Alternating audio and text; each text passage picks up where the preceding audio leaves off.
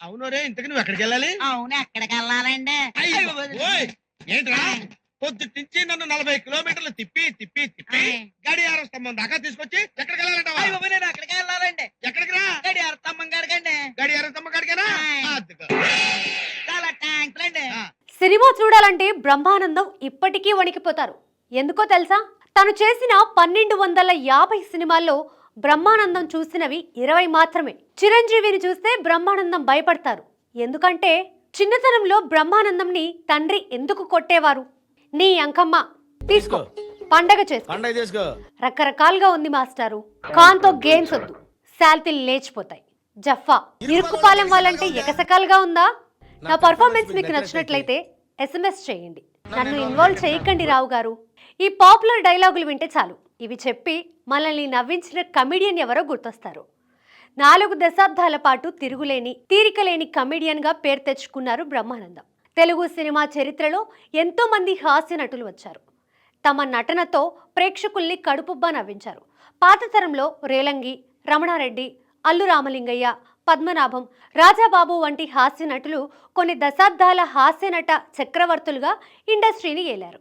ఆ తర్వాత వచ్చిన బ్రహ్మానందం తనదైన మార్క్ కామెడీతో, డైలాగులతో చిన్న పెద్ద అనే తేడా లేకుండా అందరినీ ఎంటర్టైన్ చేశారు. నువ్వు పాడింది ఏ రాగం తల్లి? హిందూలం సార్.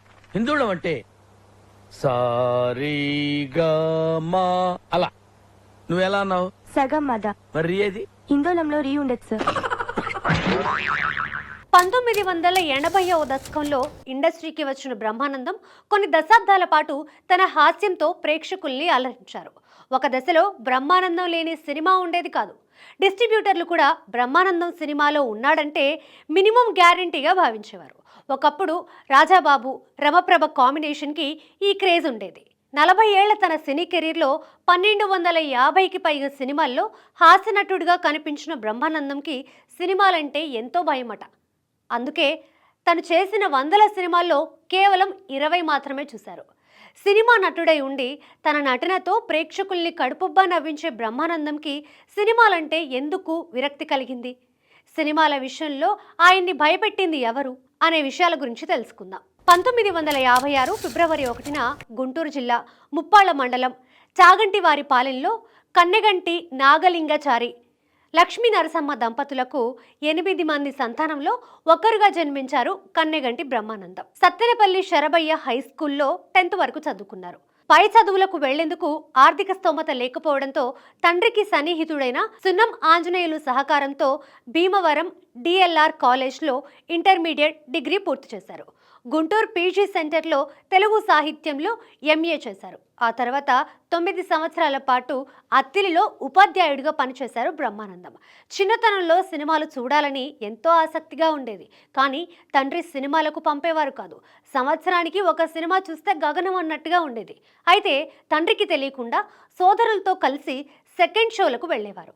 అలా వెళ్ళినప్పుడల్లా తండ్రి వారిని చితకబాదేవారు. తన్నులు తిన్నా సినిమాలు చూడడం మానేవారు కాదు. ఆ తర్వాతి కాలంలో సినిమా చూడాలంటే తండ్రి కొట్టిన దెబ్బలే గుర్తొచ్చేవి. ఇక సినిమాల్లోకి వచ్చి గ్రేట్ కమెడియన్ అనిపించుకున్న తర్వాత కూడా సినిమాలంటే భయం పోలేదు. సినిమాల విషయంలో తండ్రి అతన్ని శిక్షించిన తీరు అలా ఉండేది. తను చేసే సినిమాల ద్వారా ప్రేక్షకుల్ని నవ్విస్తున్నప్పటికీ తను మాత్రం సినిమాలకు దూరంగానే ఉంటారు. అందుకే ఆయన చూసిన సినిమాలు చాలా తక్కువ. సినిమా అనగానే ఇప్పటికీ చిన్నతనంలో తండ్రి కొట్టిన దెబ్బలే గుర్తొస్తాయని అంటారు. అలాగే చిరంజీవిని చూసినా బ్రహ్మానందం భయపడతారు. దానికి కారణం తను సినిమాల్లో రాకముందు చిరంజీవి వంటి స్టార్ హీరోని కలిసినప్పుడు మాట్లాడేందుకు ఎంత భయపడ్డారో ఇప్పుడు కూడా ఆయన కలిసినప్పుడు పైకి బాగానే మాట్లాడినా మనసులో మాత్రం వణుకు పుడుతుందంటారు బ్రహ్మానందం. ఉందిలే మంచి కాలం ముందు ముందునా అందరూ.